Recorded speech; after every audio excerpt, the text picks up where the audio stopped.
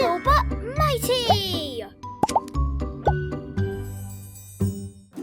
Hello everyone, I'm Miss Sharifah and today I want to share with you a very interesting technique in composition writing, coming up with a setting which can draw your readers in and get them hooked very quickly.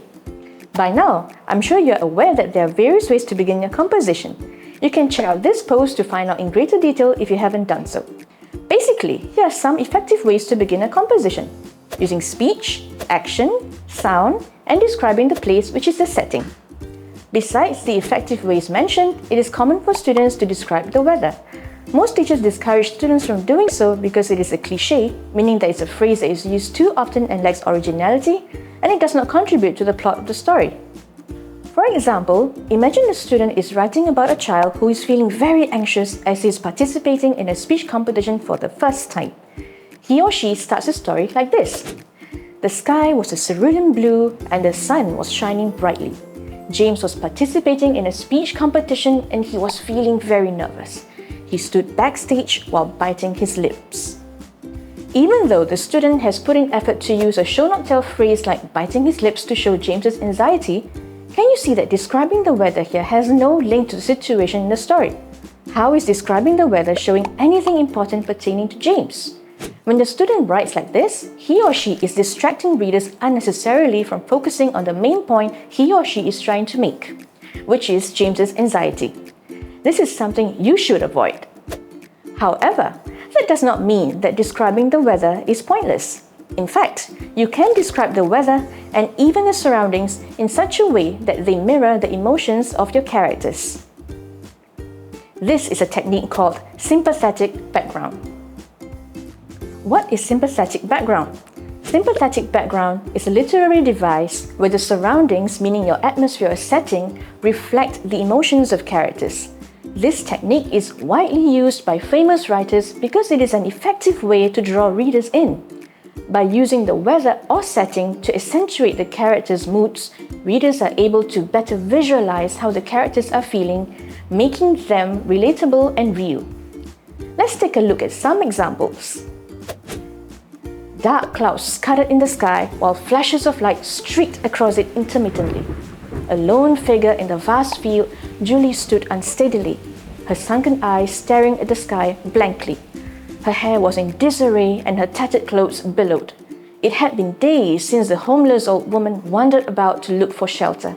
Her heart sank further as drops of water fell onto her face. Now, how was Julie feeling? Can you guess? Yes, she was feeling absolutely hopeless and sorrowful. How did the descriptions of the weather and atmosphere emphasize that sorrow and hopelessness? Did you spot the following effective descriptions? Dark clouds, which signal impending doom. Julie standing alone in a vast field. This emphasizes her lonely state and the fact that she does not have any family or friends to support her.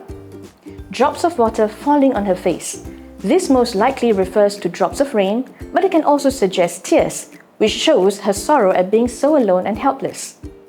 These descriptions of the weather, which are used to reflect her mood and emotions, are examples of sympathetic background. We, as readers, can empathize with Julie and imagine the sadness she was feeling because those phrases help to draw parallels between the bleak surroundings and how Julie was feeling inside. In fact, I'm guessing that the phrases even aided you in picturing the place and what was happening while you were reading. Let's look at another example. Max skipped along the path, his eyes twinkling. A light breeze brushed against him as he passed a field of daisies, which swayed slightly as if they were greeting him. The sky was clear and cloudless while birds chirped melodiously. Max glanced at them perched on trees and beamed, thinking of the parrot he was going to receive from his father as a present. How eager he was to reach home. Based on this passage, could you guess how Max was feeling? Yes, he was full of joy. Did you manage to spot how sympathetic background phrases were used to convey his joy? The light breeze brushing against Max paints a soothing atmosphere. A field of daisies seemingly greeting him and birds chirping creates an optimistic mood. Clear and cloudless sky suggests a peaceful day without any troubles. Can you see how the setting in the second example is significantly different from the first one? Instead of having dark clouds and rain to convey feelings of sorrow and hopelessness, this setting effectively reflects Max's joyful mood. Now, why is sympathetic background effective in writing? Try utilizing the sympathetic background technique in your writing and see the difference it can make. In fact, the next time you read a book or watch a movie, be alert and take note of how often this technique is used. You might notice that when sad scenes are played in movies, the scene might be depicting rain as well. It is a very effective technique to make your writing more mature and sensitive. With this technique, you are no longer describing the setting or weather just for the sake of it, but doing so in a way that conveys important information about your characters.